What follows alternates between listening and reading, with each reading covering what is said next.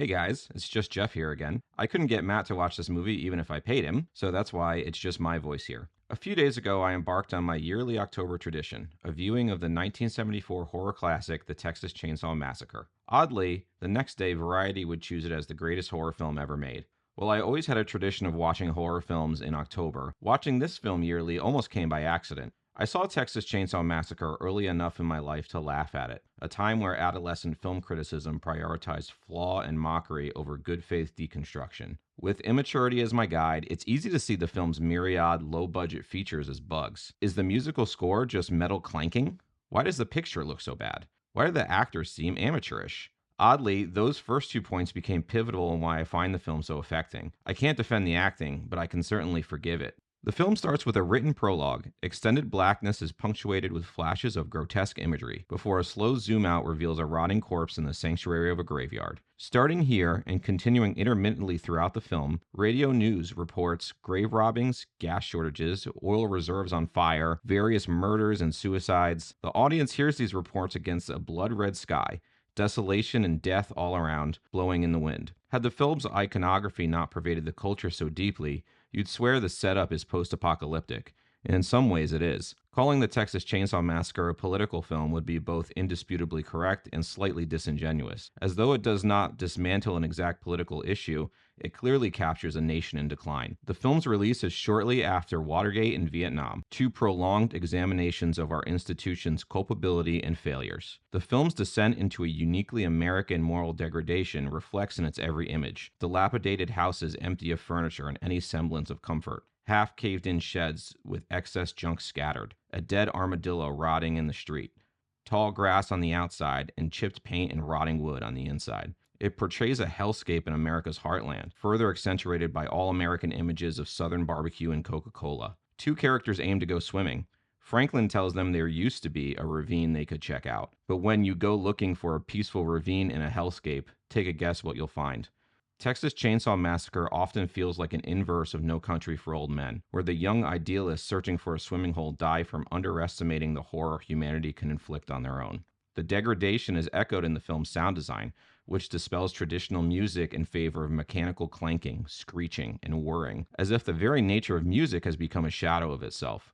A punctual atonal exercise of unnerving dissonance. The film stock appears rough and grainy, likely for budgetary reasons but also by design. In a time where films opted for smooth transitions and fluid editing, Texas Chainsaw Massacre's filmmaking style is rudimentary, abrupt, and off-putting. This is not the first film that ends with a cut to black, but it certainly feels like the most influential one up to this point, where the loudly blaring chainsaw meets a hasty cinematic end. The nightmare seems over until that ugly sound design sticks around for the whole end credit sequence.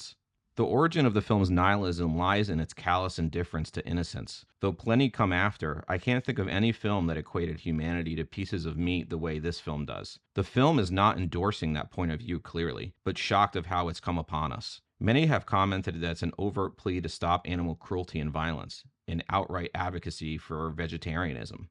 That's a fair reading, as the film dutifully, painfully describes the process of killing cattle. There's a new way called a cattle prod they talk about, and yet another prescient nod to No Country for Old Men that kills the animal instantly and is much more humane, but even to the audience it sounds about as humane as a bullet to the head. Even so, the hitchhiker in the beginning of the film says it lost so many jobs that they need to do it the old way, take a hammer and beat the cow's head to death. It's a graphic and alarming description, all the more impactful for its replication on humans later in the film. With this setup, the film is asking, what if, as a country and as a people, our view of one another became so devoid of empathy that propping a human being on a meat hook was just a haul from a nice hunt? What if the working class, deprived of jobs and economic security, turned on one another from desperation?